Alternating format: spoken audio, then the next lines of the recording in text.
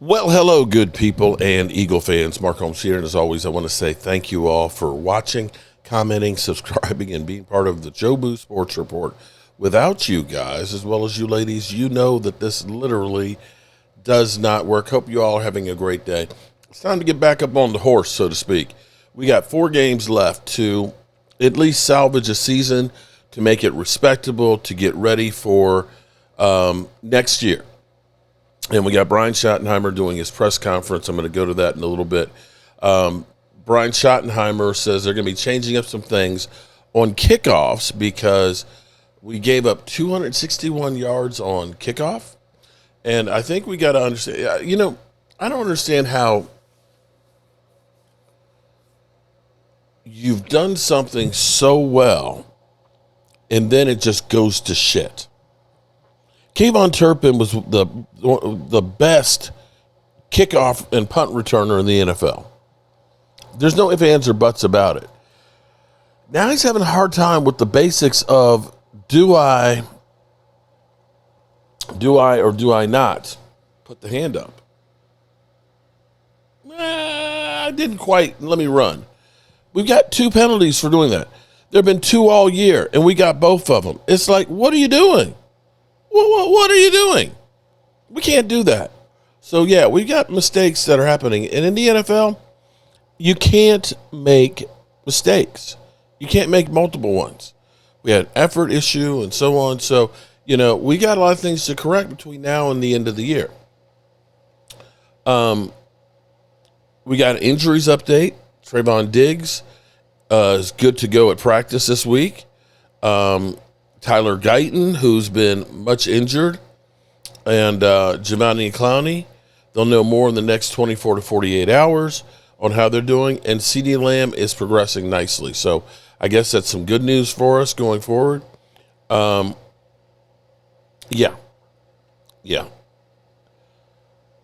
It's funny.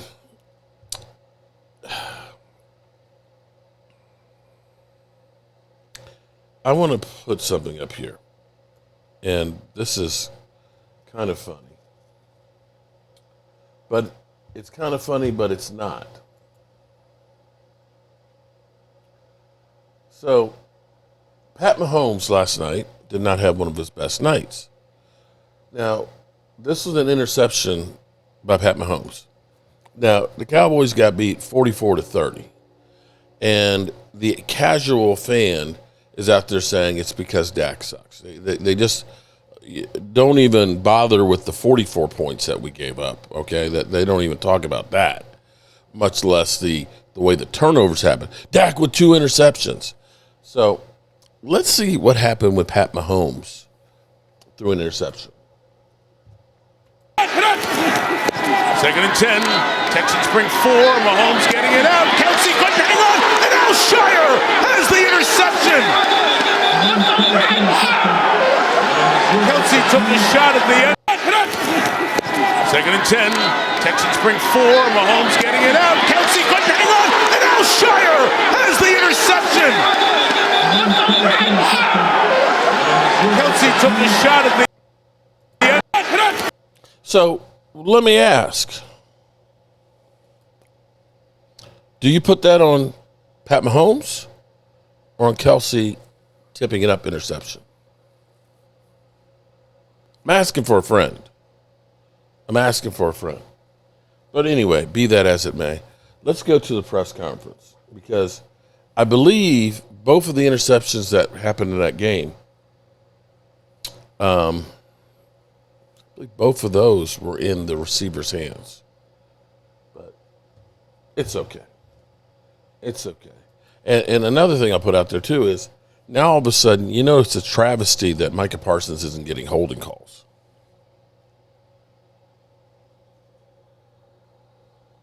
Yeah. Shotty? Group in terms of finishing out these last 4 games. Yeah, control we control. Win.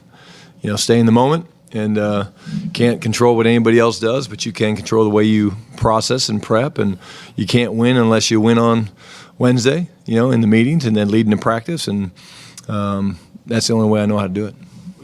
peek tonight at the game and see what Philly's doing and try to figure out where you stand? No, I'll look at the scoreboard when it's over, and I'm sure somebody's going to say, "Hey, it's whatever." But no, I got plenty to do with that Vikings defense. One last thing. Health updates on Diggs, Clowney, and Guyton. Do you anticipate them possibly practicing this week? Yeah, we'll see. I think Diggs should be good to go with practice, and then we'll find out a little bit more over the next 2 days, 48 hours with Guyton and Clowney. I'm Brian Todd Archer with ESPN. He forgot one guy, CD. How's he doing? I know you've not gotten on the field yet, but how's he doing? Yeah, he's doing good. Talked to him over the weekend. He's doing good. He's progressing nicely, and again, hopefully things all work out like we expect. And then Flournoy's improvement, I don't know, or his increased production, what would you put that on for him here in his second year? Where has he improved most? Probably the route running. Here's a guy that's always had the size and the speed, but Toddy's worked really, really hard on the fundamentals of top of the route transition. He's always been very strong at the catch point, but also learning the system. But the biggest thing for me is he's a young player that just if you watch him pre-practice, post-practice, working on how to create separation at the top of the route, speed turns, tight turns, bursting turns, all those different things. I think that's where you're seeing him create more and more separation, and it's through hard work. Really is. He's a professional. He's very mature for his age, young player, and just really proud of him. John Machado with The Athletic, you mentioned after the game you thought Dak took too many shots. How's he doing, and how do you guys kind of fix that? Yeah, he's doing good. It's something that we've done actually really well for the most part all year, John.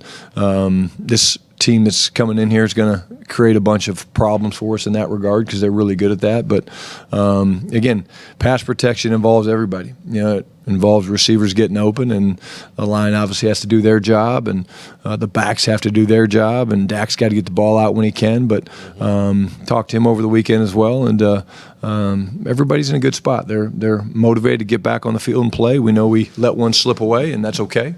But we'll get back on the horse, and here we go.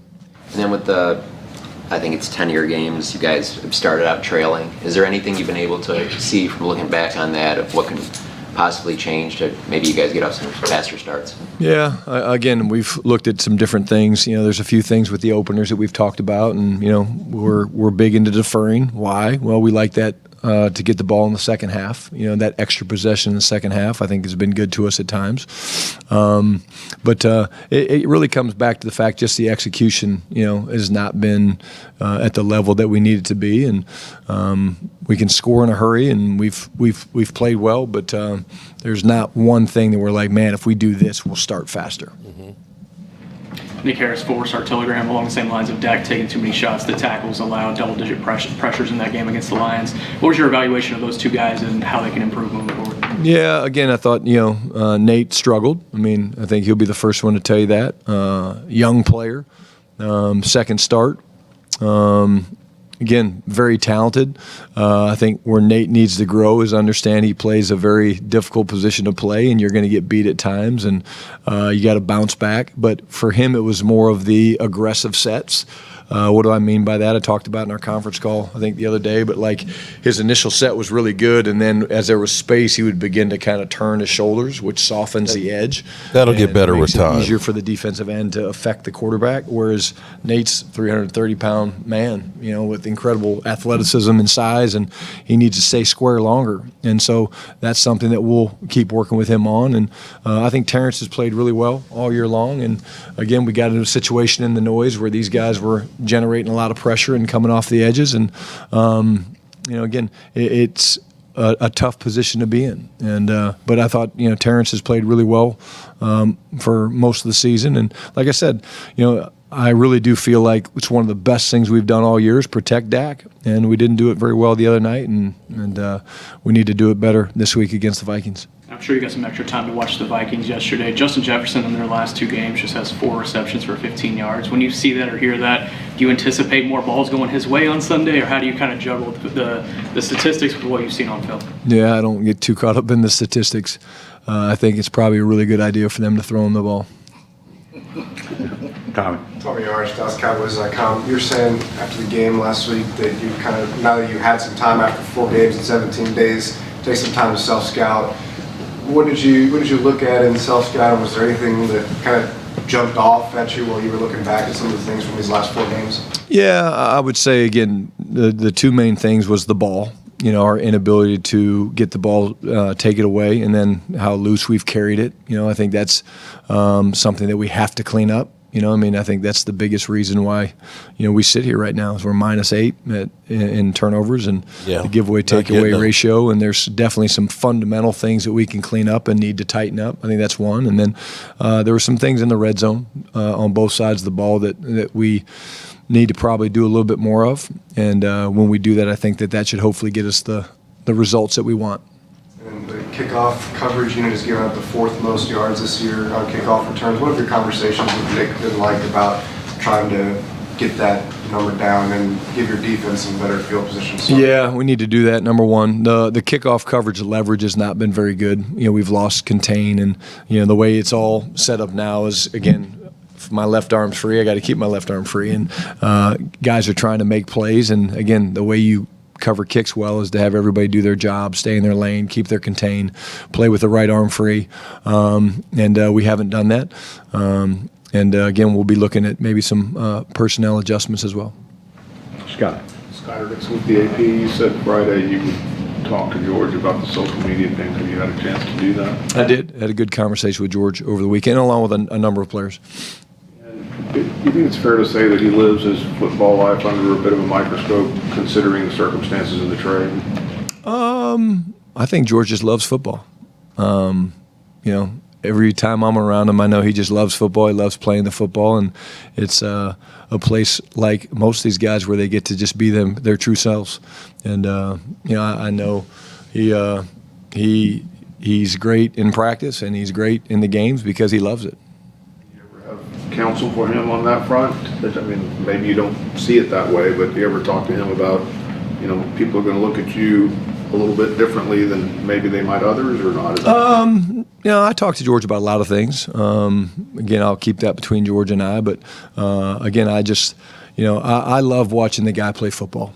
I'll just kind of leave it at that, Skylar. I think the guy has more fun playing football than most people. And I think when you do that, I think that's usually the recipe when you're as talented as he is, that's why you can impact games the way that he does. Joe. Joe Hoyt, Dallas Morning News. You talked about Ryan Flanoy's improvement. You guys waived him at the beginning of the year. Was there a little bit of anxiety when you put him through waivers, and how did he respond to that, and what have you seen from him? Yes, there was a lot of anxiety because we certainly, we drafted him. We wanted him back. We were hoping that he would come back. He wanted to be back, which was good.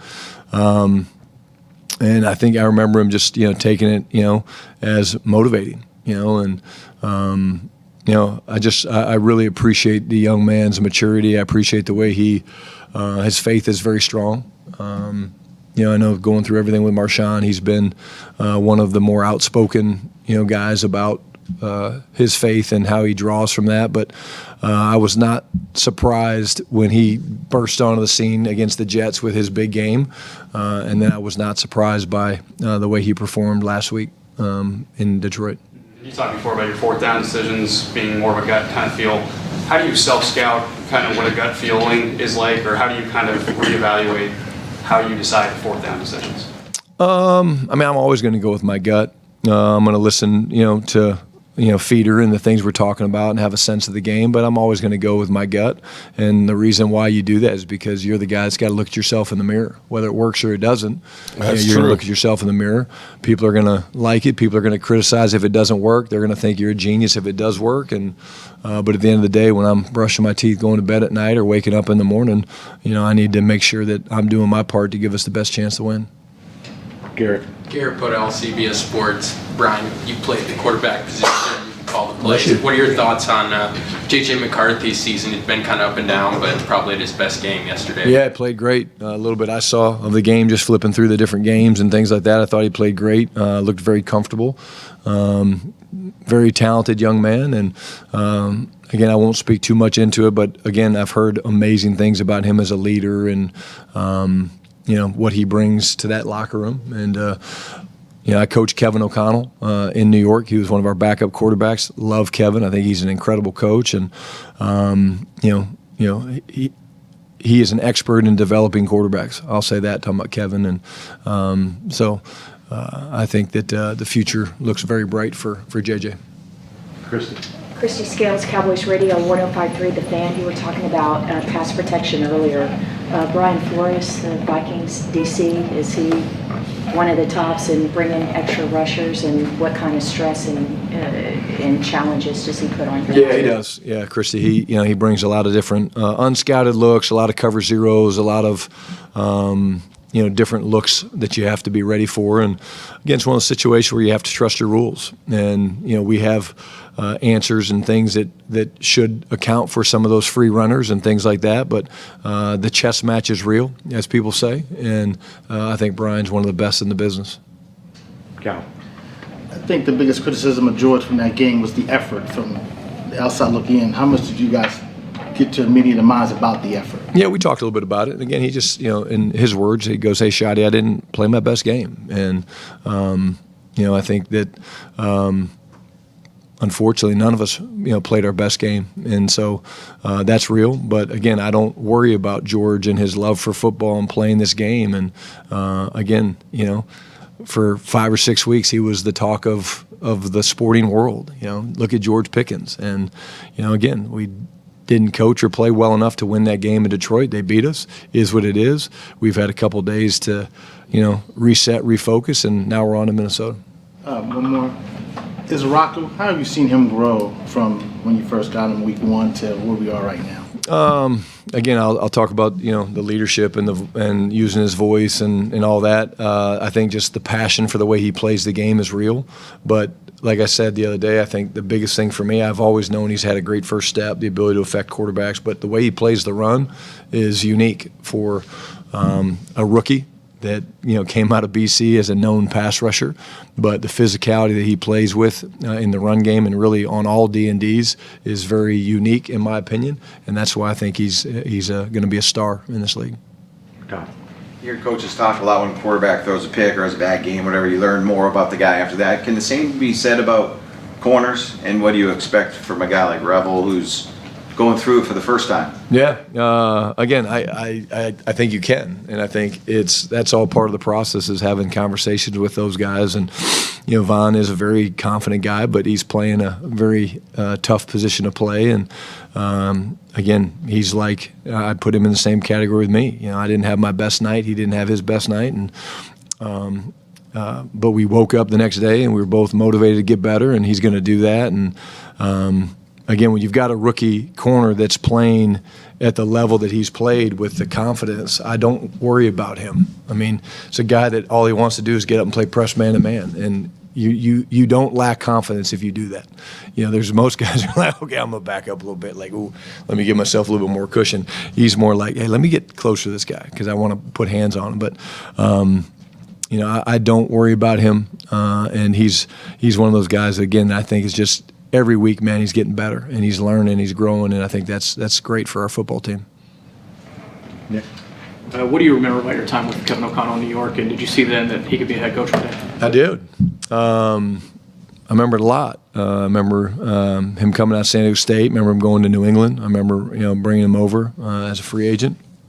But I really remember him. We were in a division against the Patriots, and we would go back and forth. But Kevin had been in New England with Tom and knew a lot of Tom's answers and blitzes, and he would get with Rex and the defensive staff every time we'd play the Patriots, and basically he'd become a defensive coach that week. And so he'd give a great look on scout team, but he'd help them come up with blitzes and how to attack things. And if you've ever been around the guy, he's very personable, very football intelligent, and just he's a leader of men. And so I was not surprised when he became a head coach. I was not surprised to see his success because every time I've been around the guy, I've just been impressed by him as a man, husband, a father, all those things. And again, he really helped us,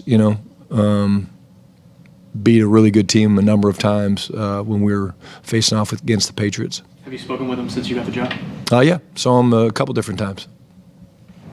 What is today? I know it's a bonus day, but what do you guys do today? We're rehashing, going through the game, resetting, and then we're going to do some hospital visits.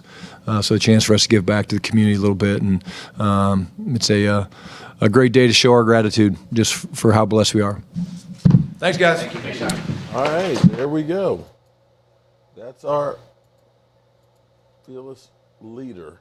So the Cowboys will get back to work. Some good news, we're getting some players back and refocus, but definitely got some socialist locker room.